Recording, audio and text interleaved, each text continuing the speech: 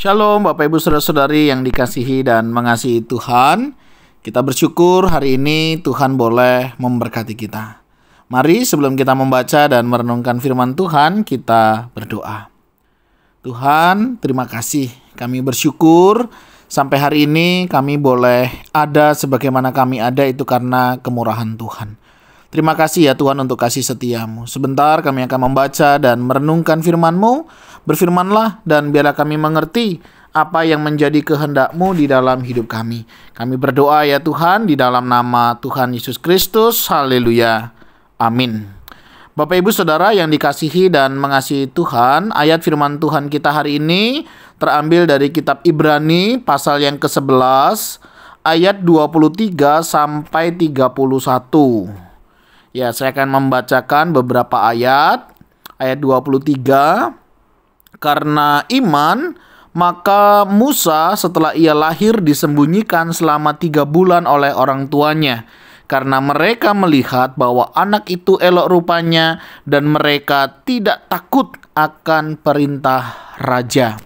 Amin. Demikianlah firman Tuhan. Mari kita merenungkannya. Bapak Ibu Saudara-saudari yang dikasihi dan mengasihi Tuhan, firman Tuhan yang menjadi bacaan kita kali ini berbicara tentang iman, ya. Ada contoh-contoh pengalaman iman yang dialami oleh umat Tuhan. Nah, kalau kita berbicara tentang iman, paling tidak kita menemukan 2 jenis iman. Iman yang pertama adalah iman yang besar. Iman yang besar adalah iman yang bisa memindahkan gunung. Ya, firman Tuhan katakan, jika engkau memiliki iman sebesar biji sesawi saja, engkau bisa memindahkan gunung itu. Nah, ini iman yang besar Bapak Ibu Saudara ya. Tapi ada juga iman yang kedua, yaitu adalah iman yang sejati. Artinya apa? Imannya sejati itu begini. Dia akan tetap beriman walaupun gunung itu tidak pindah. Nah, mungkin kita masih ingat dengan kisah ya yang di kitab Daniel ya, Sadrak, Mesak, Abednego, bagaimana mereka tetap percaya kepada Tuhan walaupun seandainya begitu ya, Tuhan tidak menolong dan tidak menyertai mereka. Mereka katakan kami tetap akan beriman, beribadah kepada Tuhan. Nah, itu adalah iman yang sejati. Artinya walaupun apa yang mungkin diharapkan, apa yang didoakan tidak terjadi, dan dia tetap percaya, itulah yang iman sejati yang ada di dalam diri kita. Dan itu yang Tuhan nyatakan di dalam pembacaan kita hari ini. Misalnya kita akan melihat bagaimana iman itu bekerja. Karena iman, maka Musa setelah lahir disembunyikan ya selama 3 bulan ini oleh orang tuanya. Orang tuanya beriman bahwa Tuhan Allah mereka yang akan menjaga, memelihara. Bahkan kalau Bapak Ibu membaca begitu ya, memperhatikan kisahnya atau misalnya di peristiwa Natal yang lalu, bagaimana waktu Musa itu ya dihanyutkan di sungai, kemudian diketemukan oleh putri Firaun. Itu adalah sebuah tindakan iman dari orang tuanya bahwa Musa akan terpelihara. Dan benar, karena iman maka Musa setelah dewasa ya, Musa akhirnya kan diasuh. Nah, namun menarik, dia menolak disebut anak putri Firaun. Dia lebih suka menderita sengsara dengan umat Allah daripada untuk sementara menikmati kesenangan dari dosa ya, dengan apa yang dilakukan oleh bangsa Mesir pada saat itu. Nah, itu adalah sebuah tindakan iman Bapak Ibu Saudara ya. Nah, di lain itu juga kita melihat di sini ia menganggap penghinaan karena Kristus sebagai kekayaan yang lebih besar daripada semua harta Mesir. Sebab pandangannya ialah ia arahkan kepada upah. Nah, karena iman, maka ia telah meninggalkan Mesir dengan tidak takut akan murka raja. Ia bertahan sama seperti ia melihat apa yang tidak kelihatan. Pertama, iman orang tuanya ya. Dia percaya Tuhan yang memberi, Tuhan yang memelihara. Dia hanyutkan itu sampai di tangan putri Firaun. Kemudian dipelihara ya, Tuhan pakai memang mengizinkan peristiwa ini sampai dia dewasa. Dan setelah dewasa, dia memilih jalannya sendiri, tapi tetap dalam pimpinan Tuhan. Kalau tadi iman orang tuanya ya, beriman, sekarang Musa. Dia beriman bahwa Tuhan yang menyelamatkan dia, Tuhan jugalah yang akan memelihara kehidupannya, sehingga dia berani meninggalkan tanah Mesir, yang walaupun pada akhirnya nanti si Musa itu disuruh kembali lagi ke tanah Mesir. Untuk apa? Membawa bangsa Israel keluar dari tanah Mesir. Seperti ayat 29. Karena iman, maka mereka telah melintasi Laut Merah sama seperti melintasi tanah kering. Sedangkan orang-orang Mesir tenggelam ketika mereka mencobanya juga. Ini satu tindakan iman. Ya, satu kata yang pernah disampaikan. Kita tenang saja. Tuhan Allah yang akan berperang untuk kita.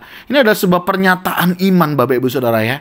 Jadi ini penting sekali di dalam kehidupan kita. Iman itu bukan hanya sebagai pengetahuan, bukan hanya sebagai pengalaman, tetapi kita juga bisa menghidupi dan bisa dipengaruhi oleh iman kepercayaan kita. Nah, ini yang tentunya harus ada di dalam diri kita. Setelah mereka melewati itu, karena iman, maka runtuhlah tembok-tembok Yeriko setelah kota itu dikelilingi 7 hari lamanya.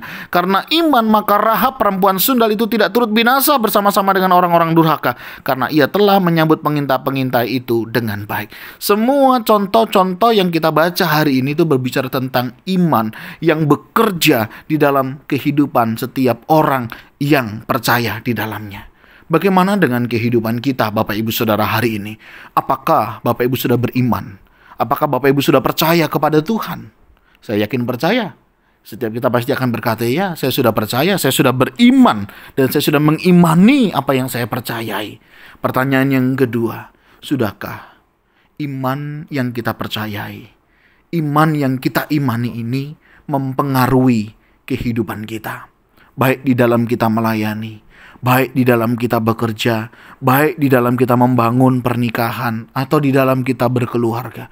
Apakah iman ini juga mempengaruhi kehidupan pekerjaan kita, kehidupan pelayanan kita, kehidupan kita berkeluarga, yang tentunya akan membawa kita senantiasa hidup percaya kepada Tuhan dan mempercayakan seluruh kehidupan kita kepada Tuhan? Mari Bapak Ibu Saudara, kita koreksi iman kita hari ini. Sudahkah saya sungguh-sungguh beriman kepada Tuhan? Dan sudahkah saya mengimani iman yang saya imani ini? Dan sudahkah iman ini mempengaruhi kehidupan saya? Nah, kiranya Tuhan menolong kita dan memampukan kita. Ingat, iman yang besar bisa memindahkan gunung. Tetapi iman yang sejati, dia akan tetap beriman walaupun gunung itu tidak pindah. Tuhan, terima kasih. Kami bersyukur hari ini karena Engkau boleh memberkati kami. Kami boleh diingatkan akan iman percaya kami akan Engkau.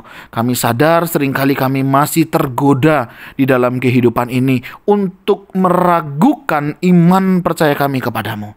Tapi hari ini Engkau boleh mengingatkan kami untuk kami boleh tetap beriman kepadamu, dan kami boleh mengalami iman itu, di mana iman itu juga bekerja di dalam kehidupan kami. Tuhan, terima kasih. Ini doa seru kami. Berkati jika ada di antara kami yang hari-hari ini iman kami mulai lemah. Kuatkan, teguhkan iman percaya kami, dan biarlah kami hidup di dalam kasih dan kebenaran firman-Mu. Allah Roh Kudus, kami berdoa dan memohon pimpinan-Mu. Di dalam nama Tuhan Yesus Kristus kami berdoa. Amin. Bapak Ibu Saudara, demikianlah renungan kita hari ini. Kiranya Tuhan Yesus memberkati kita sekalian. Shalom.